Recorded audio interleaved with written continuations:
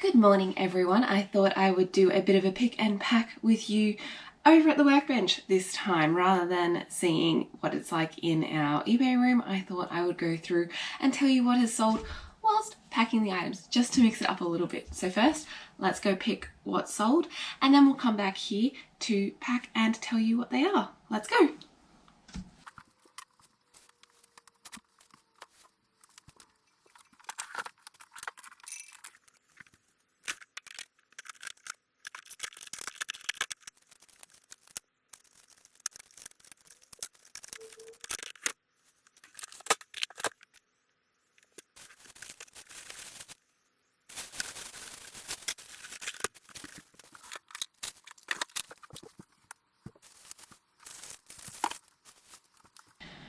Alrighty, now that's all picked. We have had a bit of an interesting weekend, to be honest. So we have our cutoff time as 2 p.m. on any given day that we will do same day postage. If you order or pay after 2 p.m, then it'll be sent out the next day.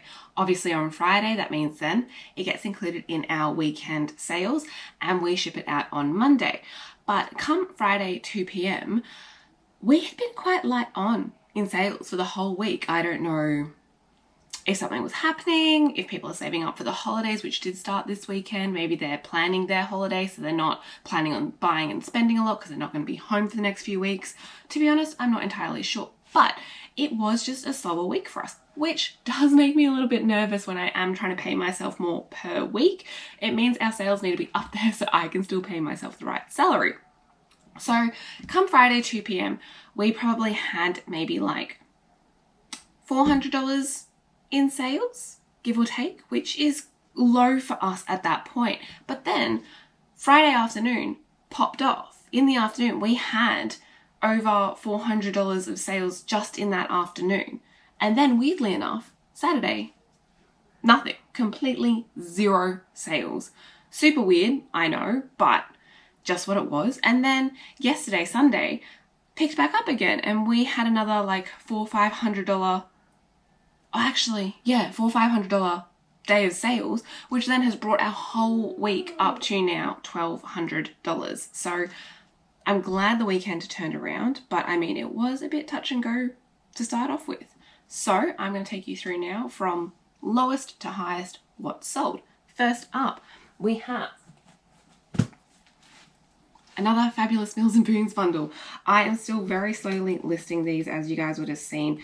We picked up over 2,000 of these when we collected off a Facebook Marketplace freebie listing, and the guy was super happy for us to be selling these to make a profit. He knew exactly what we're doing. He was happy to get rid of them.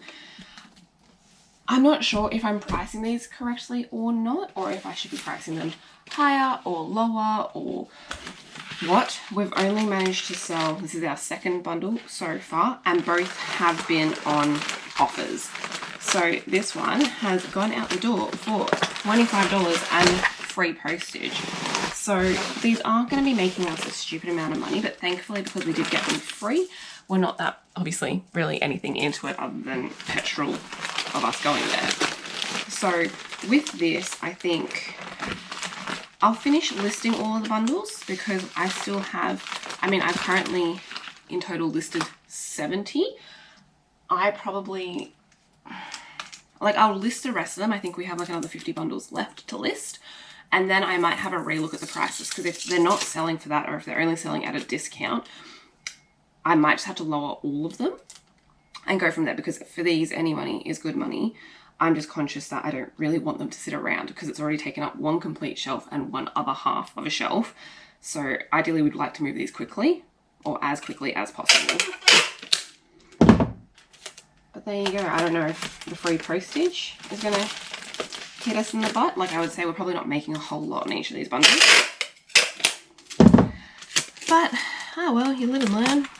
Maybe it's just the quality of these books wasn't quite there, because they were old. They do have a bit of sun damage and discoloration on them. So that might also impact people wanting to spend the full, most of the bundles we have listed at $39.99 when there's 16 books in this bundle. I don't know, something for me to reevaluate. It's not an area that we've dabbled in before, but I think, yeah, as an eBay seller, you always got to adapt and learn and see what's working and what's not. And if an item is sitting in your store and it's just not hitting, then there's a reason for that, and I assume it's probably the price point for these ones.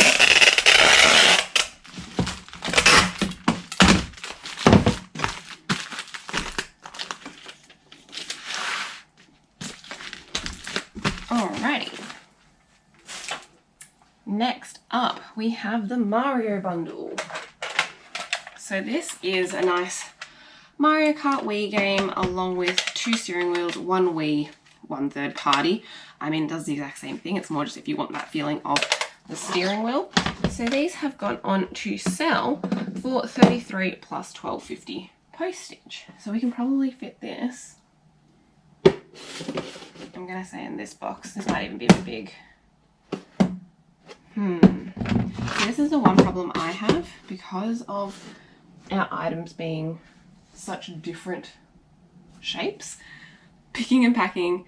Picking, fine, easy to do. Packing is what normally takes a bit longer. Yeah, just pull out this box. I'm running out of this size. So these ones we got it down as Feb 2025 for $5. So I'm just trying to think where we actually might have picked this one up. If it was a garage sale. I feel like this is actually probably one of those things that we've had individual pieces lying around for ages, because I know we've had the wheels for a while. We probably just got this game and then have made a bundle for, like, as of this year, which is why I put Feb 2025. Unless any of you guys can remember me picking this up at a garage sale or church sale recently. Let me know.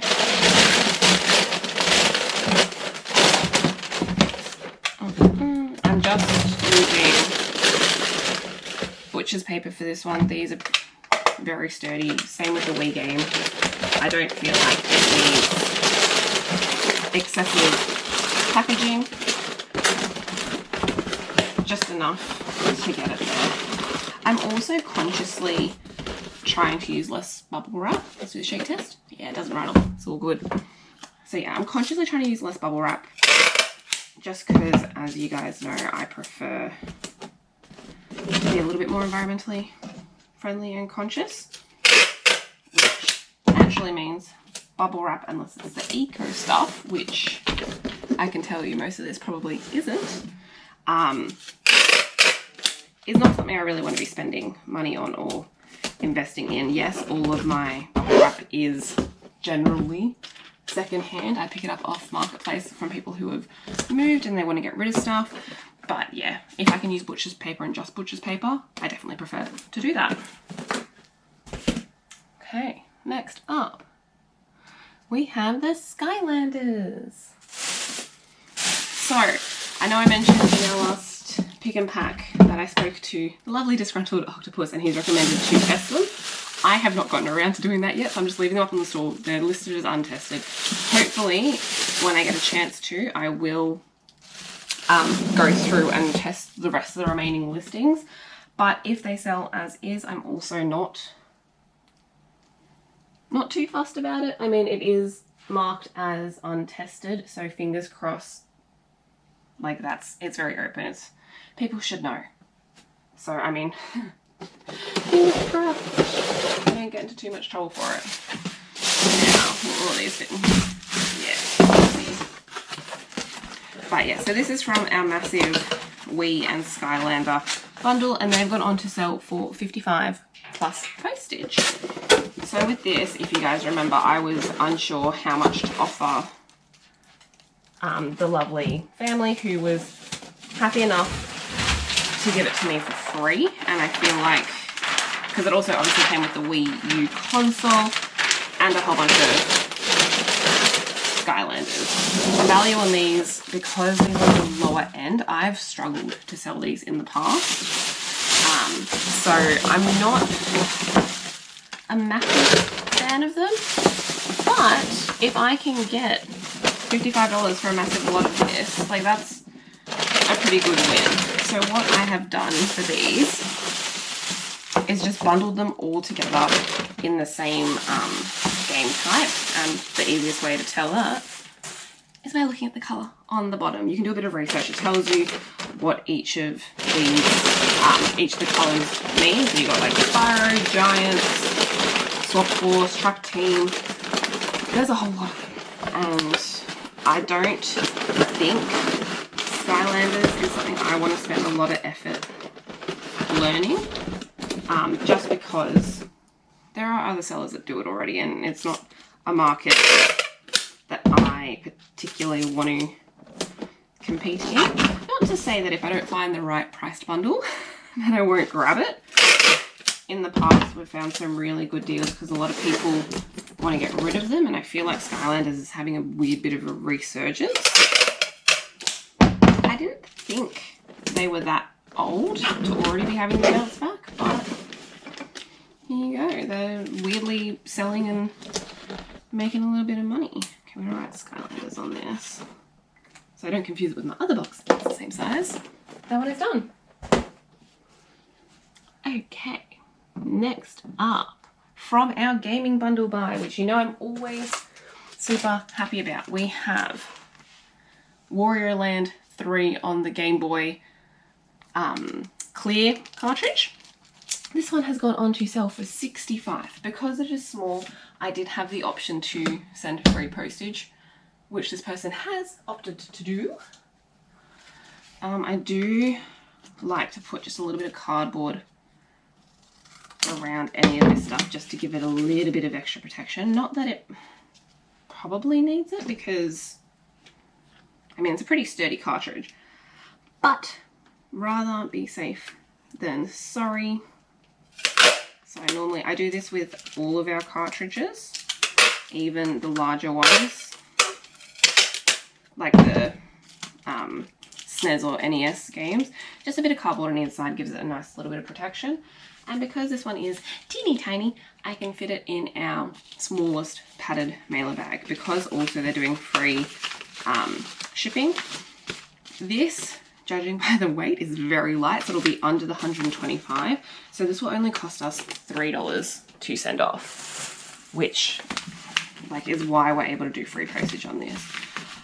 Matt and I have had the conversation of at what point do you still send it tracked? Our bar is $100. Ideally, if someone's buying a $100 game, they would be paying for tracked postage, and we have had people do it in the past. But we feel like if the game is valued over 100, sending it untracked is a bit risky. Whether or not I start implementing this as a full-time thing that people have to pay postage on higher end items, I don't know. It is a debate that's been sort of, I mean, I find it really hard because I watch all the eBay seminars and they always say like send free postage, free returns to obviously increase your sales. But then as a seller, to always be copying out that postage, it's just a pain in the ass, and I think it's not worth it all the time. And I know people have the argument of just put the postage in the pricing, but I've found that I can still price it the same as someone with free postage and have postage, and it can still sell sometimes. So do what you will with that. I just prefer to have the postage most of the time up front if I'm going to be paying for it. Next up, we have this camera. So this one is a, oh God, let's open that properly. A consignment piece. The box is in a bit worse for wear, but it is a nice Ricot, however you want to say it, film camera with a few spare lenses. This is being sold untested purely because to test a film camera, you obviously need to put film in it and develop it. Whilst all of the functions may work, you don't know if there's going to be any light leaks anywhere in the body or anything like that. So with film cameras, I always just sell it untested as is. I generally put a lot lower of a price point on it to try and avoid any of that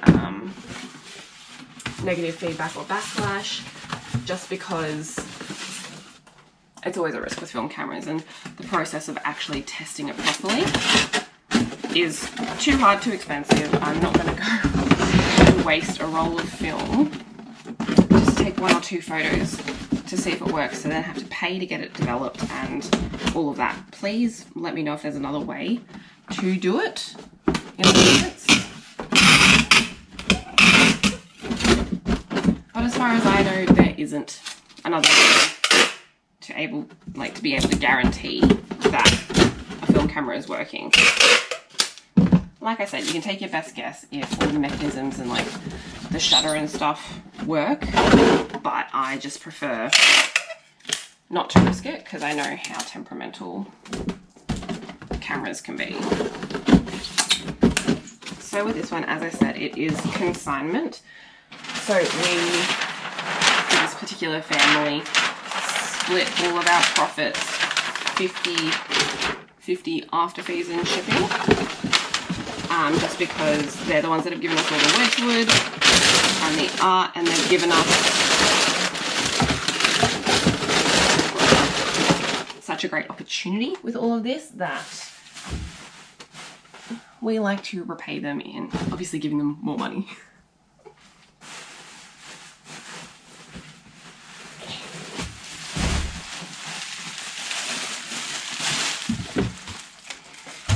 I'm going to put a nice chunky bubble wrap on this. I mean, the camera is already somewhat protected with this hard case. Still, I want the case to not fall apart in the mail either.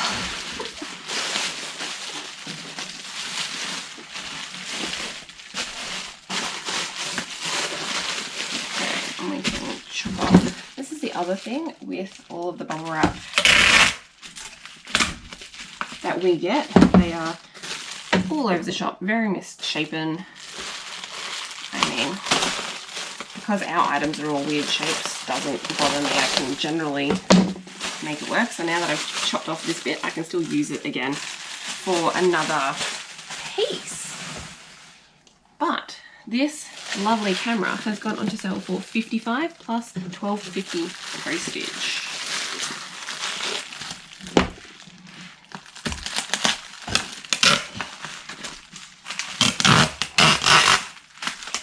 Now I've just got to hope that it still fits in the box with the bubble wrap on.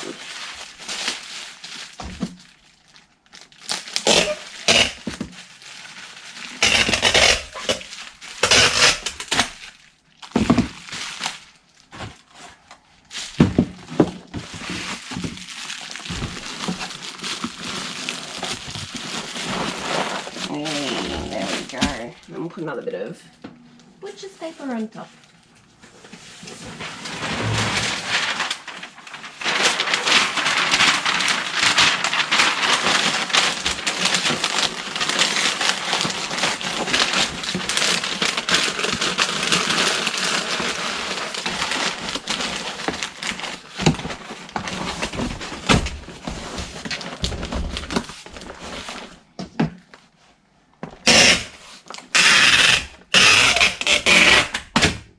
So one thing Matt and I have been also considering, and I know I've mentioned it on past videos, is the idea of doing like thank you cards and come back for more coupons. I would love to know from you guys who aren't specialized in a certain category but dabble like us in a bit of everything. Does it work? Do those coupons work? Do you find that you get repeat customers if they're given a discount? Because I find if you are consistently selling within one category, so like video games or books or clothes, the kind of person that's buying from you is probably going to be buying more video games, books or clothes. But when you're like us and you offer such a wide variety, I've found, other than Wedgwood, it's quite hard for us to get return customers. So if we offer that sort of discount, do people come back, or will they be more inclined to come back? I've got the coupon set up in the background on eBay, but I haven't really sent it out to anyone yet, so no one's really had a chance to use it. Let me know your thoughts, because if it's worthwhile, I think I could very quickly and easily design up a little thank you card with the coupon, but I also don't want to put in all of that effort if it's something that's not really going to be profitable or helpful. So I'd love to know if you guys have implemented something like this in your own business and whether you've seen success or it just hasn't really gone anywhere. Also, as a buyer, are you more inclined to buy something if you get a little coupon code, a little thank you card? Does it mean more to you? Do you get more positive feedback from it? Like, do you feel like you should reciprocate because you've received that nice little card? Let me know either way. Next up, Manhunt. This one is a bit of a rare game. Horror games in general do quite well. So this one is also from our most recent Giant Gaming Bundle buy, and it has gone on to sell for a nice $90. Again, they've opted for free postage. This is on the cusp of if we send it tracked or not. Like I said, let me know your thoughts. I hate the idea of forking out if they haven't paid for it and they have the option to. And that's where it gets me. I get it if you didn't have the option and someone sends it untracked and then you're annoyed because it gets lost in the mail. But if you had the option to get that additional protection by paying the extra $9.90 or whatever it is, because generally that's on average what it costs us to send something like this, anywhere between $8.50 and $9.90, depending on where it goes and depending on the weight. But I don't know, let me know if you would always send it tracked or do you prefer to gamble? I mean, I'm going to gamble, but maybe I shouldn't. Let me know.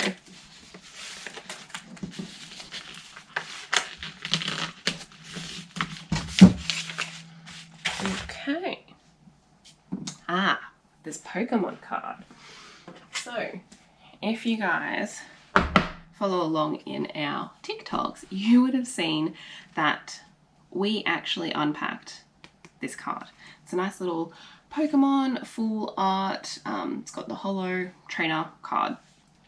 So with this, I got it at a market. If you guys recall when very conveniently, the best car boot sale that I've been to in Avalon, the whole footage didn't work. This was one of the packs that we bought from that sale.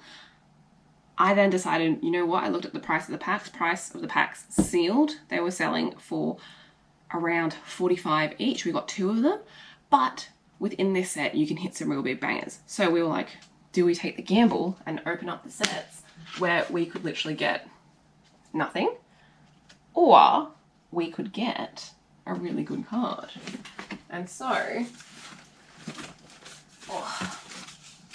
we decided to take the gamble and we managed to hit a really good card. This one has gone on to sell for $110. So this one, they've done free postage. This one I will send tracked because it's a nice card and I don't want anything to happen to it. But it was one of those ones that I had no idea what it was when we opened it. I mean, Pokemon is such a hit and miss category because you can get some absolute poos in the holo section. Even though they're shiny, doesn't mean they're worth something. So to unpack this one was absolutely huge. We actually unpacked this one first, and so because we were already in the profit, we were like, you know what, screw it, let's open the second one. Unfortunately, the second packet had absolutely diddly squat in it. So we're lucky we hit early. But yeah, that's just, it was kind of cool because this is something that we actually unpacked ourselves. We didn't buy it. But again, you can see cardboard on either side. Yes, it was also in a hard sleeve, so extra protection, but just so it doesn't bend or anything in the mail, because Pokemon collectors, I mean, rightly so, if you're paying $110 for a bit of cardboard, don't want their cards bent. Fun little fact. So always, always, always, no matter how much you sold it for, make sure you cardboard those bad boys. Okay, next up, this one. You guys might recall seeing this in a Manly Markets video. I managed to score this for just a shy $20. I was like, you know what? Yes, let's do it. It may or may not work. I had a look. It had all of its bits and bobs according to the box because it doesn't come with a power cord or a HDMI cord. So that's BYO, but everything was in here as it should. The only thing that was missing is its manual. But we managed to sell it for a nice $147.25 plus $12.50 postage. Now this one, what I normally do with boxed goods, wrap it in bubble wrap and then black wrap it, just because I feel it's rather silly putting a box in a box. Again, let me know your thoughts, because like it'd fit, but that just feels a bit wasteful to me because I'm going to be bubble wrapping it anyways. So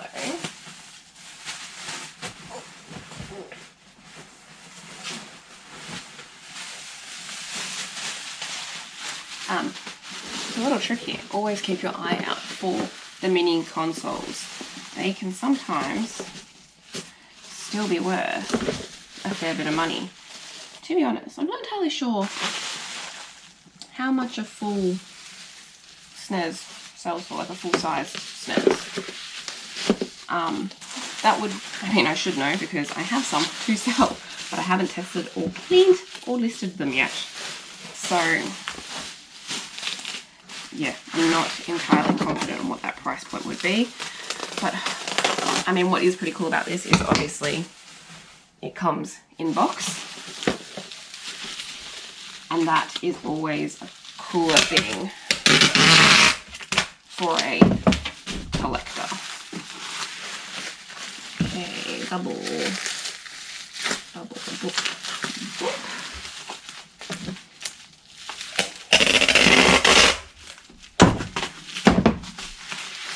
Also, let me know if I maybe should have tissue papered this before I put it in the bubble wrap.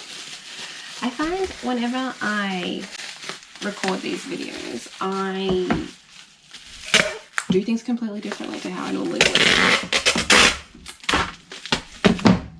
Don't ask me why, just the way it is. My brain just goes out the window. But yeah, so this is the black wrap that we use. We have a few rolls of this. It's very helpful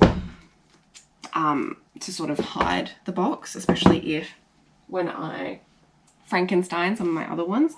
I love to use this as well because it just helps, one, make sure that I didn't leave any holes and make it a little bit more watertight, but also just protects people from going like, what the fudge have you done to my box? So some people don't like a bit of a Frankenstein box. But I also use it when we're selling things internationally. That it like protects it from customs and everything. But I just feel like, I don't know, it feels a little bit more professional.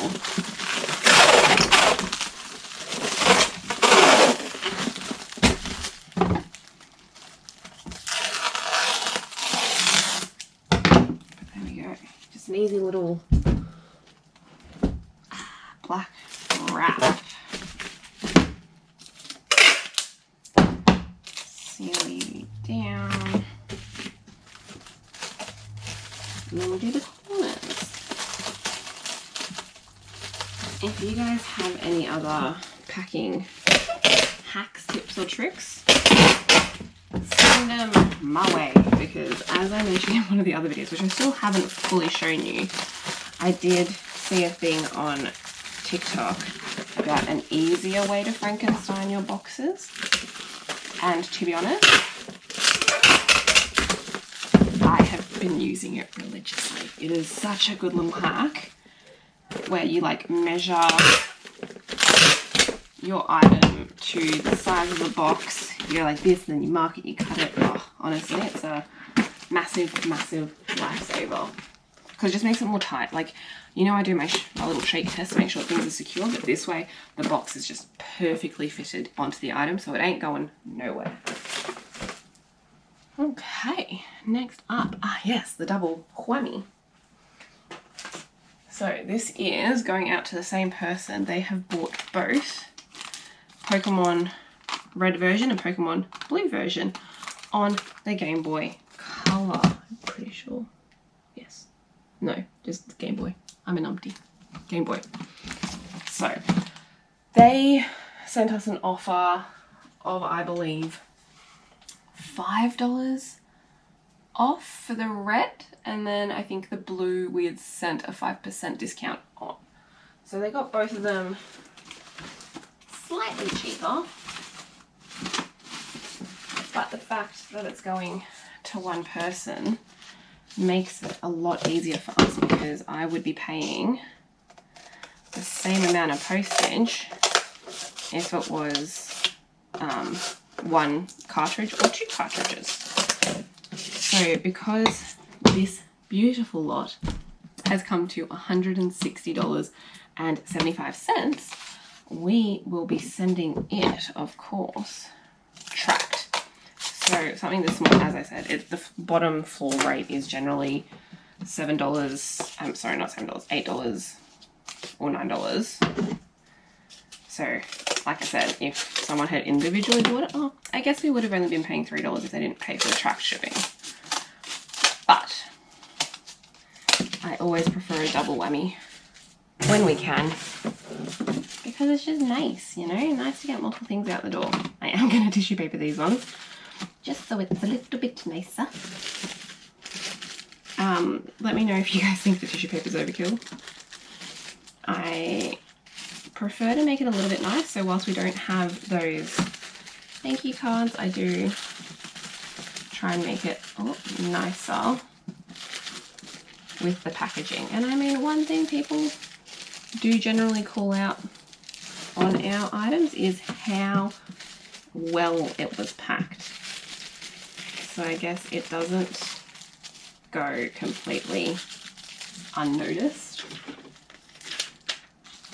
But yeah, let me know if this is something you guys would bother doing or not.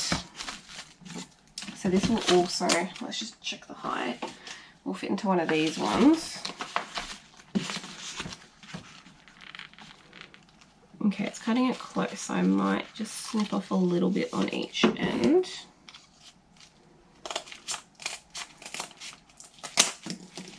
And I've definitely done this where I've just cut the tissue paper that I've put around the items. Here we go.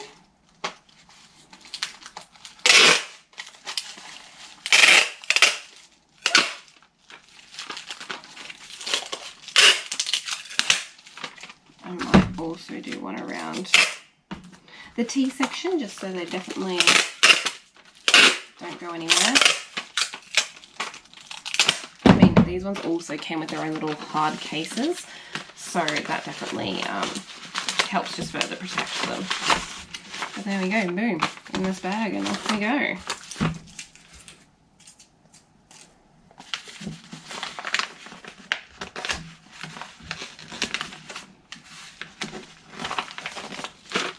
Done.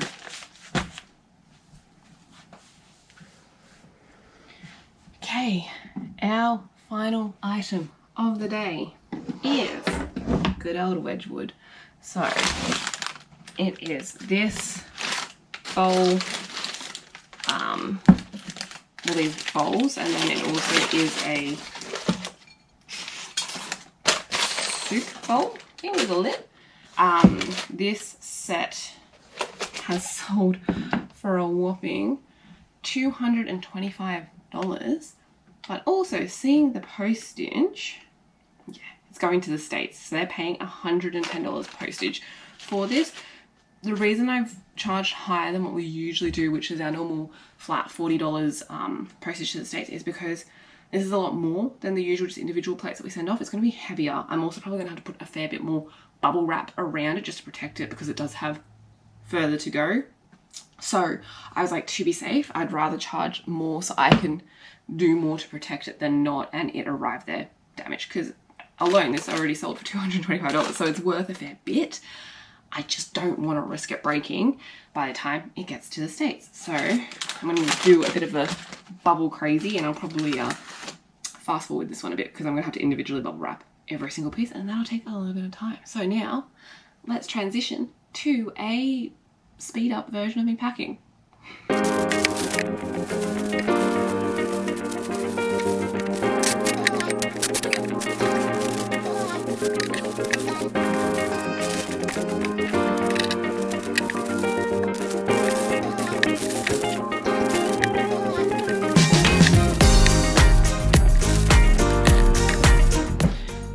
I think the GoPro died a little bit while I was doing that, but this is a great alternative to bubble wrap. I don't know how much better than bubble wrap it is, but I do love to use it as an extra layer around bubble wrap because I find that it just provides that extra bit of cushioning. That's why you can see I've done bubble wrap, then the paper that I was already wrapped in, and now this as well, just to add that extra layer of protection. And I'm just going to stuff this with more butcher's paper. Of course my GoPro overheated and perished, but as you can see, I've put an extra layer of bubble wrap in here. Let's do the shake test. It's not rattling, so this is good to sticky tape up.